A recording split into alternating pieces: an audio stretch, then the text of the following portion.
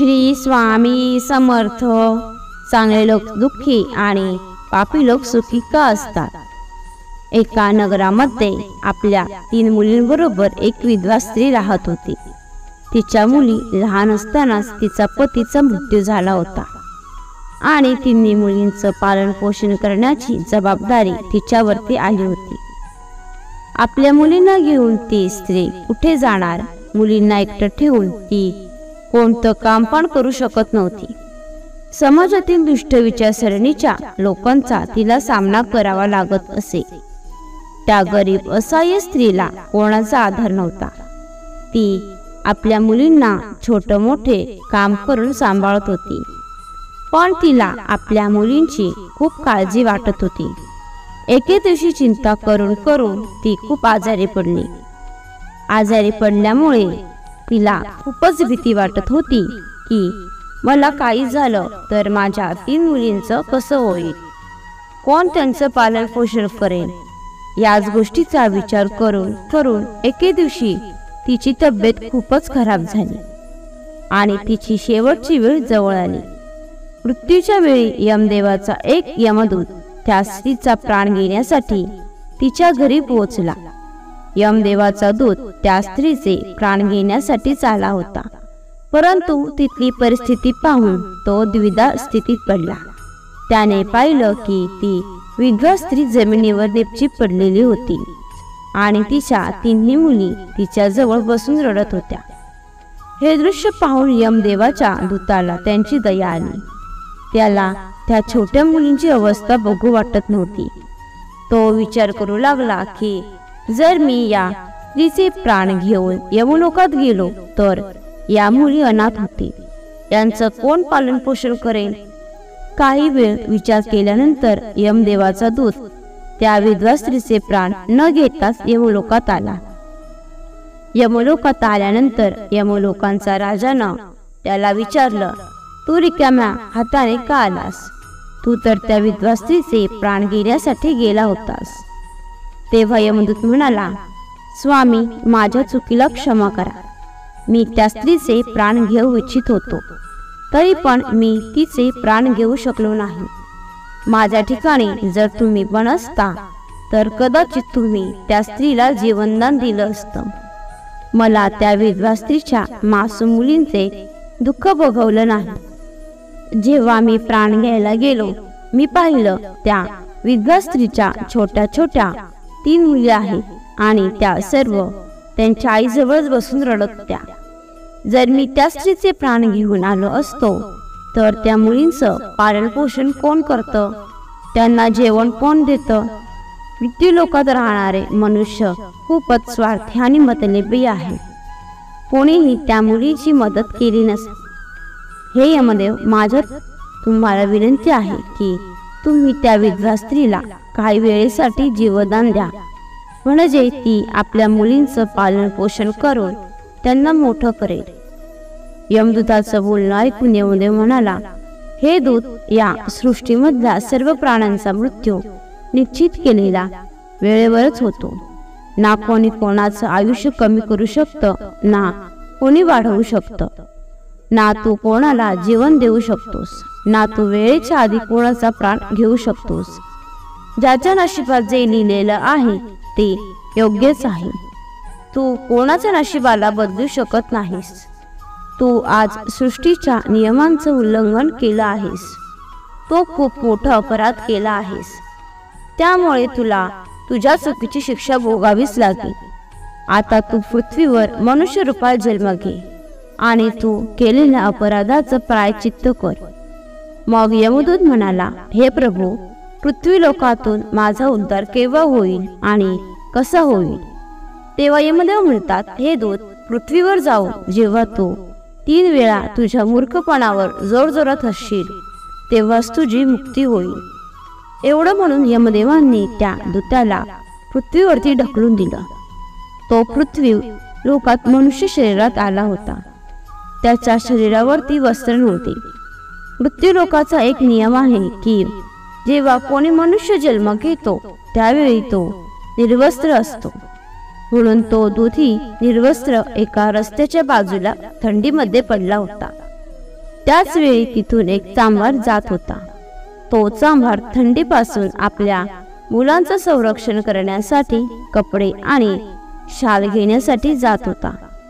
रस्त्यात थंडीमध्ये एका निर्वस्त्र माणसाला पाहून त्याला त्याची दया आली.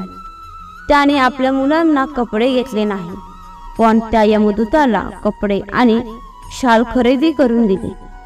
तेव्हा यमदूत म्हणाला, तुम्ही मला कपडे आणि शाल देऊन खूप मोठे उपकार केले, पण मला ना कुटुंब, ना माझ्याजवळ घर आहे आणि ना भोजनाचं काही साधन आहे. तेव्हा चांभार म्हणाला, तू माझ्याबरोबर चल, मी तुला जेवण आणि काम देतो. मग तो चांभार त्या यमदूताला घेऊन आपल्या घरी येतो. चांभाराच्या बायकोनं बघितलं की तिचा नवरा मुलांसाठी कपडे घ्यायला गेला होता, पण घेऊन तर काहीच आला नाही. उलट एका माणसाला घरी घेऊन आला. हे पाहून त्याच्या बायकोला खूप राग आला आणि त्या चांभाराबरोबर मोठमोठ्याने भांडायला लागली, त्याला वाईट बोलू लागली. हे पाहून तो यमदूत जोरजोरात हसू लागला. यमदूताला हसताना पाहून तो चांभार म्हणाला, भावा, तू हसत का आहेस? असं काय पाहिलं? तुम्ही एवढं हसत आहात?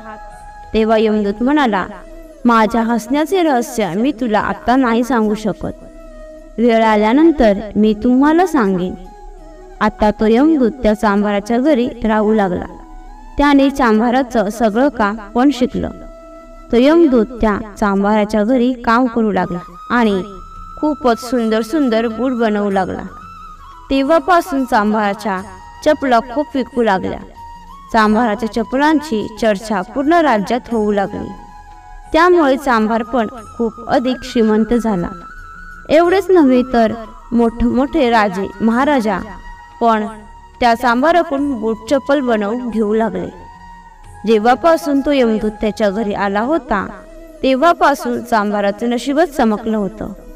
त्याच्या घरात धनसंपत्तीची काहीच कमतरता राहिली नाही. नंतर एके दिवशी राजाचा एक सैनिक चमड घेऊन चांभाराजवळ आला आणि म्हणाला, ए बघ चांभार, आमचे महाराज या चामड्यापासून बनवलेले बूट घालू इच्छित आहे. हे चमड खूपच किमती आहे. तू याच्यापासून चांगला एक बुटाचा जोड बनवून दे. हे चमड अजिबात खराब झालं नाही पाहिजे. लक्षात ठेव, या चामड्यापासून चांगले बूट बनव. राजाचा सैनिक चांभाराला ते चमड देऊन तिथून निघून गेला. मग चांभाराने पण यमदूताला समजावून सांगितलं की हे महाराजांचे बूट आहेत, यामध्ये काही चूक करू नकोस. चमड खूपच किमती आहे, म्हणून याला खराब करू नकोस. राजाला याचे बूट हवे आहे, म्हणून तू बूट बनव. चुकून जर चप्पल बनवलीस तर राजा खूप क्रोधित होईल आणि आपल्याला कठोर दंड देण्यात येईल. चांभारानं एवढं समजून सांगितलं तरी पण यमदूताने जाणून बुजून त्या चमड्यापासून चप्पल बनवले. जेव्हा त्या चांभाराने चप्पल पाहिलं त्याचा थरकापच उडाला. तो यमदूताला ओरडू लागला. एवढेच नव्हे तर काठी घेऊन त्याला मारण्यासाठी त्याच्या अंगावरती धावून गेला आणि म्हणाला, अरे मूर्ख, तू हे काय केलंस? तुला एवढं समजावून सांगितलं की या चमड्यापासून बूट बनवायचा आहे, पण तू याची चप्पल बनवलीस. आता राजा आपल्याला नाही सोडणार, तू पण मरणार आणि तुझ्याबरोबर मी पण मारला जाणार. तो माझ्या सगळ्या परिवाराला फाशीवरती चढवेल. चांभाराला अत्यंत दुःखी पाहून यमदूत एकदम जोरजोरात हसू लागला. त्याला हसताना पाहून चांभार म्हणाला, अरे मूर्ख माणसा, सारं काम खराब केलं आणि आता हसतोयस. त्या यमदूत म्हणाला, ते बघ बूट घेण्यासाठी राजाचा सैनिक येत आहे. सैनिकाला पाहून चांभाराचे हात पाय कापायला लागले की आता हा बूट मागेल आणि मी कुठून देऊ. तोपर्यंत तो सैनिक जवळ आला आणि म्हणाला, हे चांभार दादा, काल मी तुला जे चमडं दिलं होतं त्याचे बूट बनवू नकोस, तर चप्पल बनव, कारण राजाचा मृत्यू झाला आहे आणि या ठिकाणची ही प्रथा आहे की मरणाच्या व्यक्तीला चामड्याचे चप्पल घालून अंतिम क्रिया केली जाते. सैनिकाचं बोलणं ऐकून चांभाराला असं वाटलं की मेलेल्या शरीरात परत जीव आला.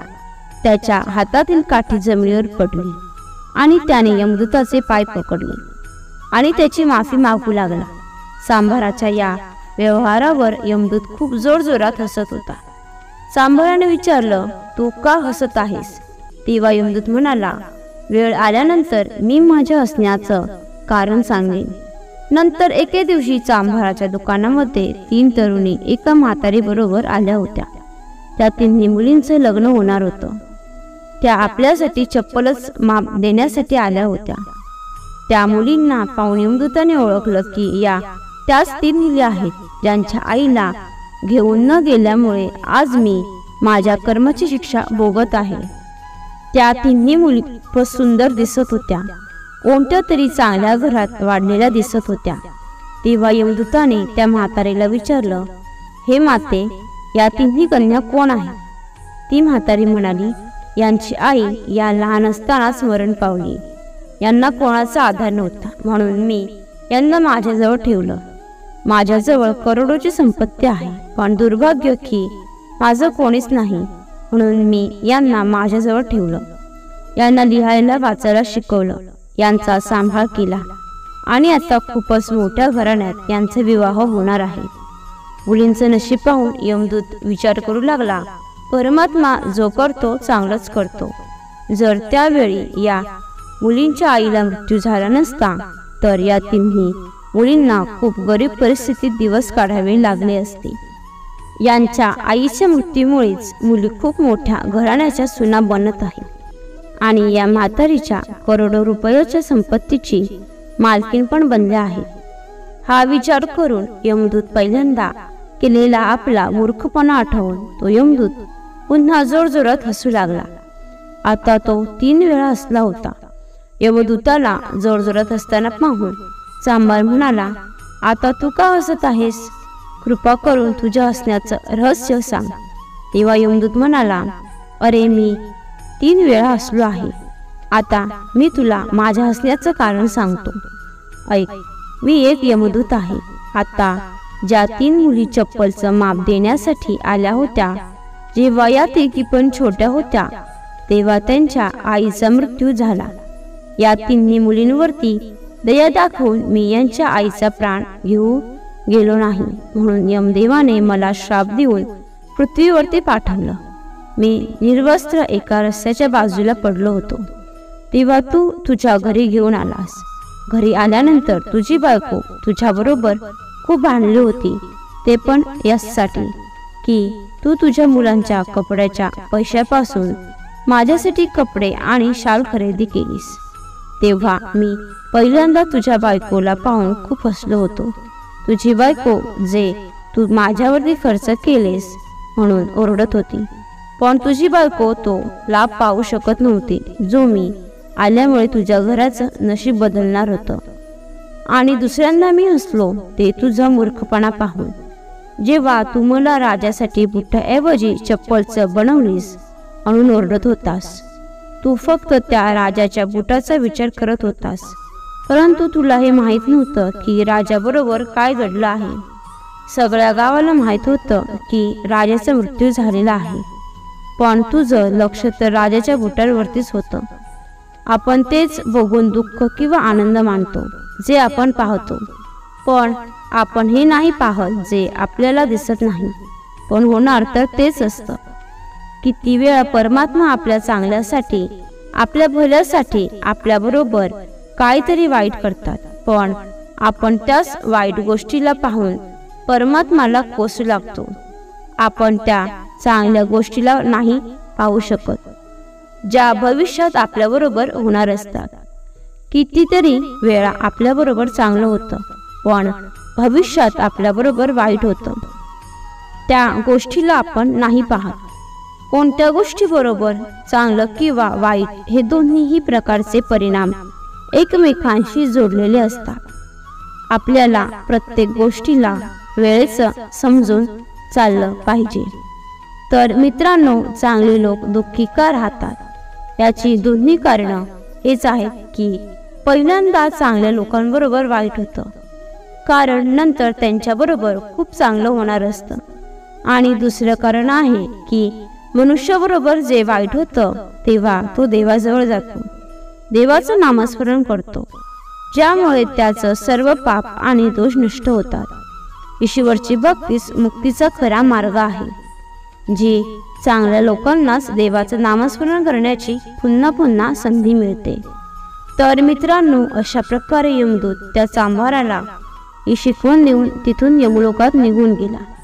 तुम्हाला ही माहिती आवडली असेल तर लाईक आणि शेअर करा। तसेच अशीच माहिती नेहमी ऐकण्यासाठी चॅनलला सबस्क्राईब नक्की करा। श्री सद्गुरू स्वामी समर्थ। धन्यवाद।